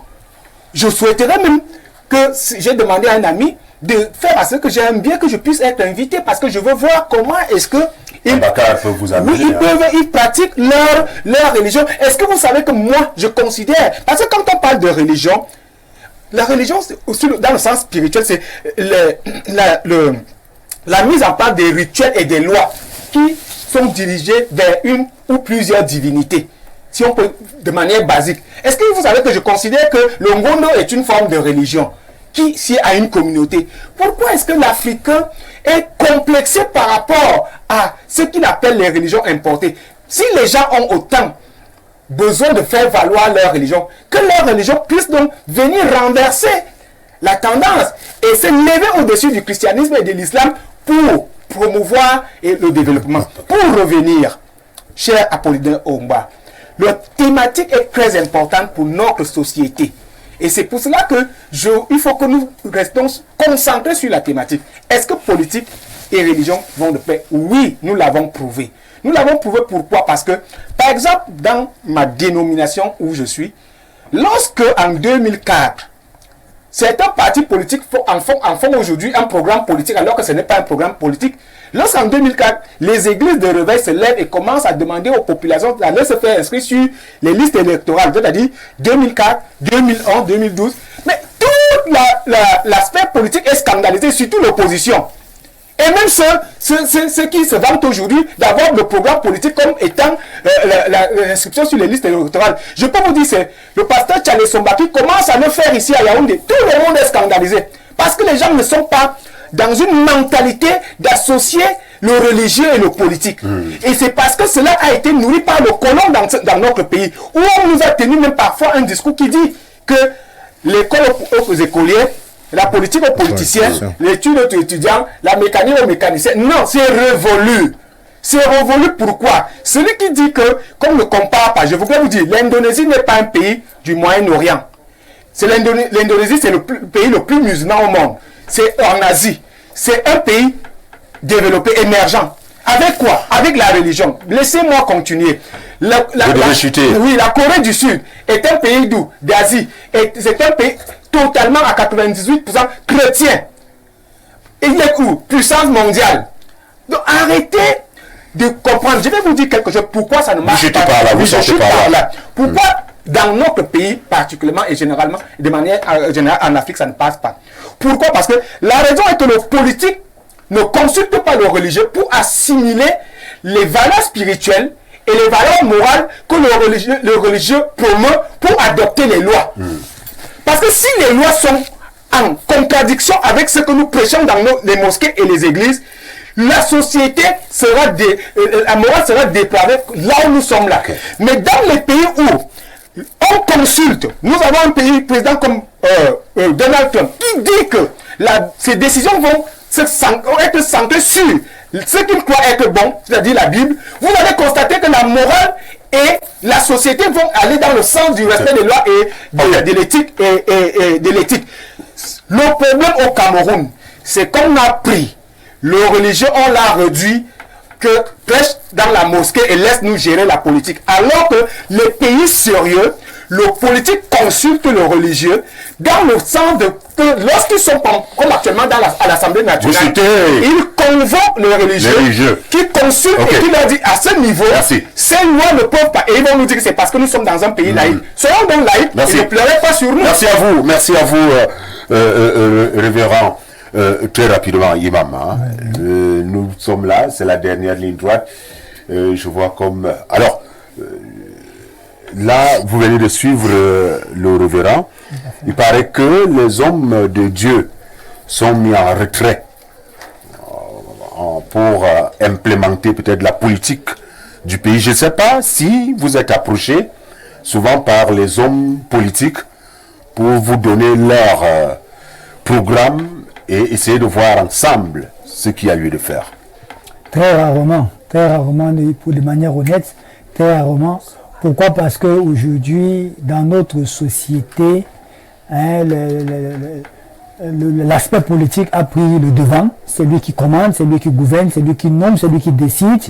Et dans ce sens, il ne veut pas partager. Là, je vais retrouver, n'est-ce pas, les propos, n'est-ce pas, de M. Varis qui disait que, n'est-ce pas, ces deux groupes, n'est-ce pas, qui chacun, n'est-ce pas, a sa domination. Et c'est deux groupes hégémoniques. C'est-à-dire que chacun ne veut pas laisser du lest à l'autre. Mais pour que nous soyons, n'est-ce pas, dans une atmosphère de symbiose, on a besoin, je dis bien, on a besoin du religieux pour asseoir une certaine politique sociale, et économique et militaire, quel que soit le cas. Parce que, pour dire vrai, le religieux est celui qui donne cette éthique et qui donne cette valeur à ce qu'on veut implémenter. Et lorsque l'homme politique ne veut regarder que son bord politique, et c'est pour ça qu'aujourd'hui il y a toujours l'opposition. Pourquoi l'opposition va toujours s'opposer? Parce que quel que soit ce que celui qui a aux affaires va faire, l'opposant va toujours trouver qu'il ne fait rien. Pourquoi c'est là? Mais nous, en tant qu'hommes religieux, on se dit quand même que si hier tu n'avais pas de la lumière accepte aujourd'hui quand même qu'il y a une tempête. Donc il y a quand même quelque chose qui a évolué. Donc on essaie d'adoucir la peine de l'autre. Maintenant, la question fondamentale, c'est sur la transmission du message. Parce que le message doit être compris. Ce message que nous portons, cette éthique que nous voulons, n'est-ce pas, faire partager, est-ce que ce message est reçu par les fidèles? Maintenant, quand quelqu'un arrive dans votre chapelle, il est, n'est-ce pas, en craint, ça veut dire qu'il a perdu tout espoir. Vous savez, c'est très difficile pour un imam, un pasteur, ou bien alors un prêtre, de ramener quelqu'un à la raison. On peut dire que la prière qu'on fait, où on voit les fruits. Non, mais est-ce que vous avez besoin de voir les fruits? Les fruits sont multiples. On peut avoir cette stabilité qu'on a aujourd'hui, malgré quelques peu, n'est-ce pas, de résistance, il y a le désordre. C'est parce que, véritablement, quand même, il y a des gens qui prient. Il y a des gens qui prient. Si à certains moments, il y a, n'est-ce pas, un certain équilibre, que ce soit social, économique, c'est parce qu'il y a encore des personnes qui portent ce message d'espoir qui est toujours défendu par la religion pour dire que ne perdons pas espoir car ce monde appartient au Seigneur. Faisons-lui confiance et il va nous apporter, n'est-ce pas, des solutions à nos difficultés. Ok, Évariste, les téléspectateurs, ils nous ont donné leur point de vue. Je voudrais savoir si dans vos actions politiques, vous associez souvent les hommes de Dieu, les religieux. Dans les actions politiques, à mon niveau du départemental de la Moufouafamba, peut-être que je ne peux pas en parler, mais dans ce qui concerne... Vous estimez qu'ils sont importants quand même? Non, moi je dis qu'ils sont totalement inutiles. Je le répète et je le dirai toujours. Ils sont complètement inutiles pour notre pays. Ils constituent même un fléau pour ce pays parce qu'il ne faut pas... À l'entendre mon propos sur ce plateau, j'ai dit que je vais tenir un langage de vérité. Et lorsque un pan de la société commence à devenir une gangrène, il est temps de dire que ce pan de la société va nous créer des problèmes. J'ai dit à l'état actuel des choses, ce sont des personnes totalement inutiles pour ce pays. Parce que dans un premier temps, ils saignent nos parents, ils saignent nos amis, ils saignent notre communauté pour se faire de l'argent, pour construire, pour avoir de plus grands patrimoines. L'Église catholique détient le plus grand patrimoine immobilier au Cameroun. Quel est le bilan qu'on en fait? Alors, le foisonnement des églises de réveil qu'il y en a aujourd'hui, vous voyez l'impact même sur l'organisation, la base de la société qui est la base. À la base, quel est le rôle de la religion avant de voir peut-être ces La religion est une construction impérialiste et hégémonique. Je vous le dis, la religion n'a absolument rien à voir ni avec Dieu, ni avec la morale, ni avec la foi. La religion est une construction impérialiste et hégémonique. Ça, qu'on le mette dans n'importe quel sens, vous en arriverez à cela. Mais si on avait une dénomination de foi, de spiritualité, là on n'avait aucun problème parce que dans sa construction, tout être humain a besoin de cela. Mais quand tu as parlé de la religion, l'Afrique n'a jamais eu de religion. Contrairement à ce que le pasteur disait, l'Afrique n'a jamais eu de religion. Pourquoi? Parce que l'Afrique a une coutume dans laquelle on a assimilé toute cette morale qui fait donc que l'Africain vit au jour le jour sa morale. Vous ne verrez nulle part en Afrique, vous ne verrez nulle part en Afrique où on va vous dire voilà une bâtisse qui représente la chapelle ou la maison des crânes à l'ouest, c'est quoi? C'est un temple, monsieur. C'est ça qu'on appelle la religion. Vous vous trompez. L'imam a dit quelque chose. Vous vous trompez et vous êtes à milieu de la réalité. Manquez autant de temps dans la terminologie des mots. Vous êtes à milieu de la réalité. Parce que si la maison des crânes c'est quoi? Vous y allez faire quoi? Vous y allez faire quoi? Si c'est une église, ça veut dire qu'à chaque fois, vous n'allez pas adorer. Vous n'allez pas adorer. Quand vous mettons Évariste. Quand vous entrez là-bas, vous adorez. Laissez-moi donc vous dire, si la maison des crânes à l'ouest représente une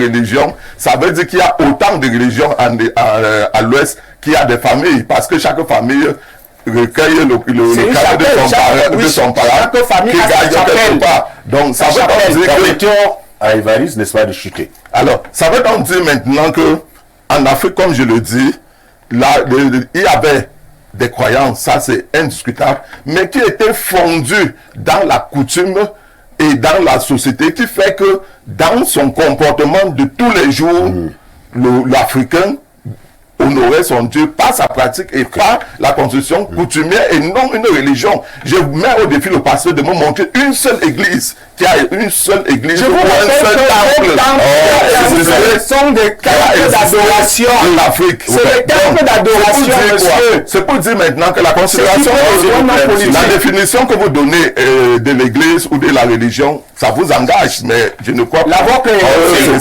Donc maintenant, je dis, dans une société, lorsque nous devons valoriser la religion, nous devons la valoriser par rapport au bienfait qu'elle apporte dans la société.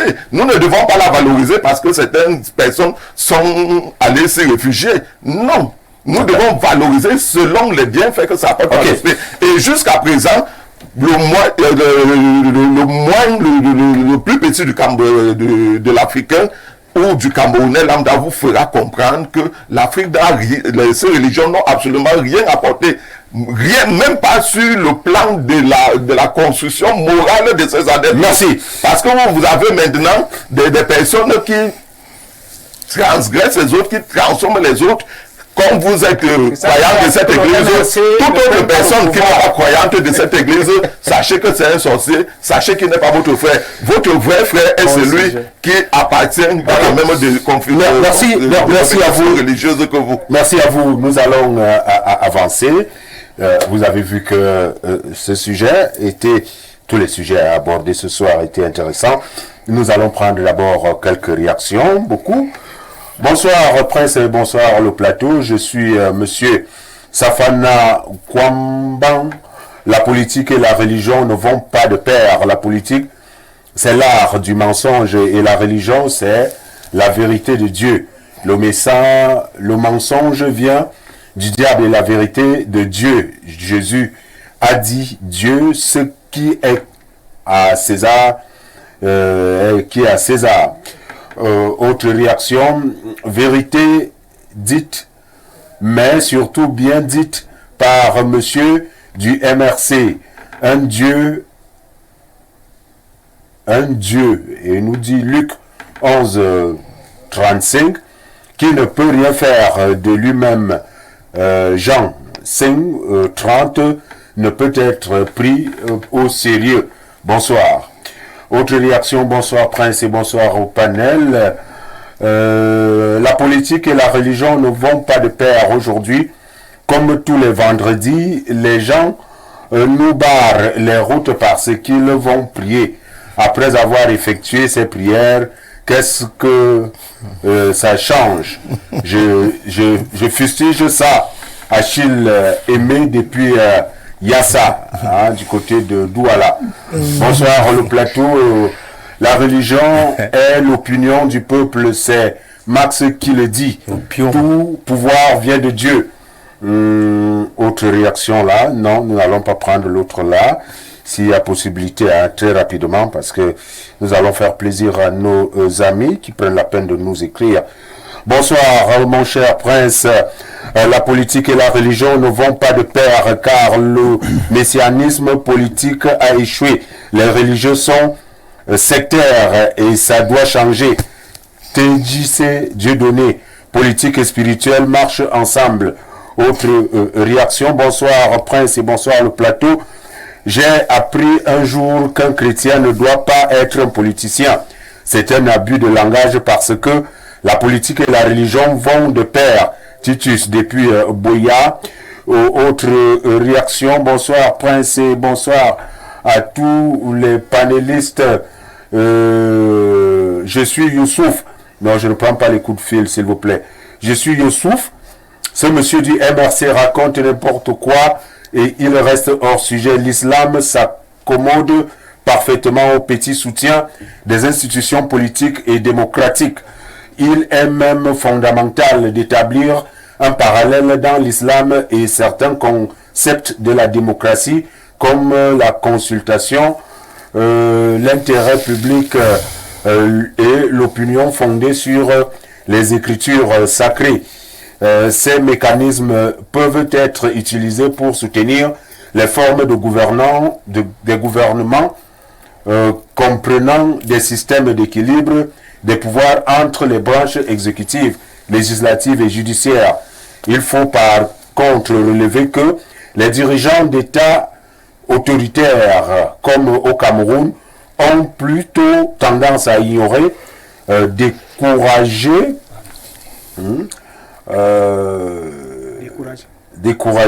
je crois que le message était... Il faut par contre relever que les dirigeants d'État autoritaires comme au Cameroun ont plutôt tendance à ignorer, décourager et même supprimer les institutions démocratiques et éloigner les religieux de la sphère politique. Je vais m'arrêter là, même si il y en a d'autres qui nous écrivent. Bon, voilà, quand même, nous allons prendre celui-ci. Permettez-moi de vous revenir, grand modérateur, pour les illuminer. Il n'y a aucune différence entre religion révélée, importée, et religion révélée tout simplement parce que oui, le vaudou et autres, contrairement à la réflexion formatée, le sont. Ce qu'elles ont toutes en commun, c'est qu'aucun homme n'a créé Dieu, mais a créé la religion. La religion du Créateur repose sur des valeurs sociales basiques telles que le partage, l'amour du prochain, l'égalité entre les hommes, le pardon, la paix, l'honnêteté, la tolérance, et j'en passe. Le grand frère en costume et cravate rouge oublie ou ignore peut-être que la religion est la reconnaissance par l'être humain d'un principe supérieur de qui dépend sa destinée, ainsi que les attitudes intellectuelles et morales qui s'en suivent. Dieudonné, merci de nous écrire également. Il dit que l'Afrique n'a pas besoin de religion, mais plutôt de spiritualité. Voilà, Abakar Nefiri. C'est en 30 secondes. Oui, pour sortir, vraiment le dernier téléspectateur, là au moins je suis d'accord avec M. Évariste, on doit être clair. La plupart des travaux distinguent la religion de la spiritualité. Beaucoup admettent que la spiritualité est un enjeu majeur de développement. Donc de ce point de vue, on peut comprendre parfois ceux qui divisent. Est-ce que les peuples ont toujours les mêmes formes de spiritualité? C'est ça qui fait jaser aujourd'hui par rapport à ce que nous avons dit, les religions dites révélées, importées, et la question de la spiritualité africaine. Mais nous avons dit que c'est un autre débat qu'on fera. De nos jours, on le dit bien, si on pouvait réveiller le sociologue Jean-Marc est là, en Amérique latine, il y a eu une théologie de la libération, dont le débat sur le rapport qu'il peut avoir entre la politique et ne peut pas se poser. De nombreux auteurs vous dit que même ailleurs, ce n'est pas parce que ça se passe autrement chez nous. On a vu même ceux qu'on critique là, c'est pas des hommes de Dieu, prendre la parole justement pour libérer, parler à ceux qui gouvernent. Donc aujourd'hui, nous pensons même que le Cameroun, tel un impératif catégorique, a besoin de cette théologie de la libération. Merci bien. Oui, pasteur, ou révérend. Oui, nous avons dans ce que nous avons dans nos études ce qu'on appelle la théologie politique, qui va en accord avec la conception de la démocratie et de la gestion des politiques de gouvernance, pour ceux qui l'ignorent. Mais je suis surpris parce que ça me fait mal que dans mon pays, le Cameroun, nous avons un homme politique sur un plateau qui ne sait pas que les églises de réveil dont il stigmatise, ça représente entre 23 et 25% du vivier électoral au Cameroun. Mais l'année prochaine, il va battre campagne. Et il est départemental dans un truc. Comment un homme politique peut autant blaguer? Il parle de l'islam et il veut le vote des musulmans. Mais comment un homme politique sérieux, dans un pays où nous sommes à un an des élections, peut tenir un discours aussi, permettez-moi, hein, c'est un discours tordu, alors qu'il veut des votes? Ça veut dire qu'il ne sait même pas ce qu'il fait. Alors, est-ce qu'on doit voter par plaisir? On doit voter. Un homme politique sait rassembler les communautés. Doit tenir un discours qui va dans le sens de rassembler que ce soit les communautés traditionnelles, les communautés religieuses. Écoutez bien, monsieur Oumba. Vous sortez. Oui. Donald Trump gagne les élections. Où? Parce que il a 65, il est arrivé à faire basculer 65% des catholiques de son côté. Sans compter que lui-même, il est évangélique. Il gagne pourquoi? Parce que malgré la guerre au Moyen-Orient, les musulmans lui font confiance aux États-Unis, disent, nous sommes sûrs que tu vas mettre fin à la guerre. Okay. Parce que comment donc nous pouvons, non, laissez-moi chuter, comment donc nous pouvons être assis avec un homme politique qui incarne un parti d'opposition sérieux et qu'à un an des élections, qu'il tienne un discours qui divise? Ça veut dire qu'ils n'ont pas encore compris. Oui. C'est vrai que quelqu'un lui a dit que il est appris de jouer le mauvais jeu du MSC. Il n'a pas encore compris. Au MSC, ils n'ont pas encore compris les enjeux politiques et stratégiques d'un parti politique. On vous a suivi, je vous le dis. On vous a suivi, mais Évariste ne va pas soutenir quelque chose s'il estime que il n'est donc pas homme politique. Religion. Non, s'il vous plaît. Il n'est pas homme politique, je vous dis. Comme il a dit que les religieux n'existent pas, je dis qu'il n'est pas homme politique. Non, merci. Est-ce qu'il doit faire la politique politicienne? Non, c'est pas la politique politicienne. Je lui donne les stratégies. Alors, comment l'homme politique pense. Nous sortons. Que retenir très rapidement en 30 secondes. Déjà, apprécier la pertinence du panel et tous ceux qui ont pu participer, on comprend qu'ils nous ont suivis de bout en bout. On ne peut que demander que de telles expériences soient reformulées, bien répétées, et surtout, vraiment ne pas négliger, sensibiliser du mieux qu'on peut au travers, n'est-ce pas, de votre média, interpeller la conscience, n'est-ce pas, des leaders politiques, de faire comprendre qu'on a besoin aujourd'hui, le Cameroun a beaucoup besoin plus, n'est-ce pas, de la paix, une paix vraie. Et cette paix-là ne peut venir, cette sécurité ne peut venir que sauf si on est en parfaite harmonie avec les textes de la révélation. De quelque bord que nous tenons, on se doit, n'est-ce pas, d'avoir un canevas à suivre. Que ce soit les politiciens qui veulent faire la politique, qu'ils regardent, n'est-ce pas, bien leur canevas et qu'ils tiennent, n'est-ce pas, sur leur canevas. Mais au-delà, n'est-ce pas, de cela, il est important de consulter, n'est-ce pas, le religieux, ou bien alors, s'ils ne veulent pas appeler le religieux, le spirituel, afin de les accompagner dans leur vie. On vous a suivi, je veux vous dire merci pour votre réaction spontanée à cette émission. Et j'espère que la prochaine fois, vous serez encore là. Évariste? Oui, vous savez, le mal prospère parce que les hommes de bien ne font rien. Nous n'allons pas laisser le mal prospérer. Nous n'allons pas, parce que nous chassons des votes, accepter des contradictions qui vont détruire la société. Notre frère, le révérend, pense que parce que nous avons besoin de votes, parce que nous sommes à un an des échéances, nous devons accepter des comportements contradictoires et des comportements qui représentent une gangrène dans notre société parce que nous voulons le vote. Non, nous ne pouvons pas, personnellement, nous ne pouvons pas nous contenter du fait alors que la mission première d'un parti politique est de former la conscience des citoyens, c'est de former des citoyens à reconnaître le droit, à défendre le droit, à agir et à accompagner les dirigeants dans le développement du pays. Un pays où des gens croient à ce qui est incroyable ne peut pas se développer. Ça, je vous le dis. Il a pris les exemples de certains pays qui, sur la base des religions, ont fait des pas. Mais je vais prendre beaucoup d'exemples sur des pays. Vous n'allez pas prendre beaucoup d'exemples là. Bon, je vais prendre deux. Nous sortons. Voilà, nous sortons avec la Russie et le Cuba. Dès qu'ils sont arrivés, on a déclaré officiellement pays athée. Okay. Et le pays est arrivé à la première position mondiale. Pardon, s'il vous plaît, c'est plus le temps. Non, c'est plus ça ici. La révolution, s'il vous plaît. Non, la Russie n'est pas. S'il vous plaît. Monsieur, je ne vais pas passer des choses comme ça. Faut pas des choses qui ne comprennent pas. La Russie n'est pas.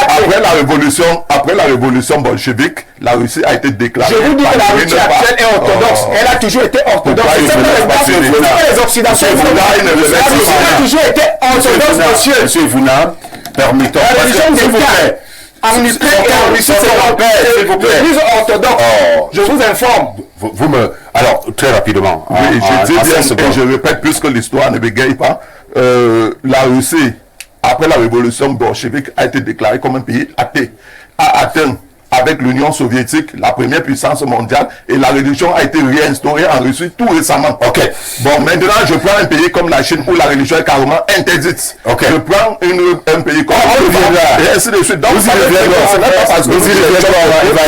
n'est pas parce que nous cherchons des votes que nous devons accepter des incongruités qui sont néfastes pour le développement de notre société. Merci à vous. Le journal, c'est dans quelques minutes. On ne doit pas toucher à 1 minute du journal.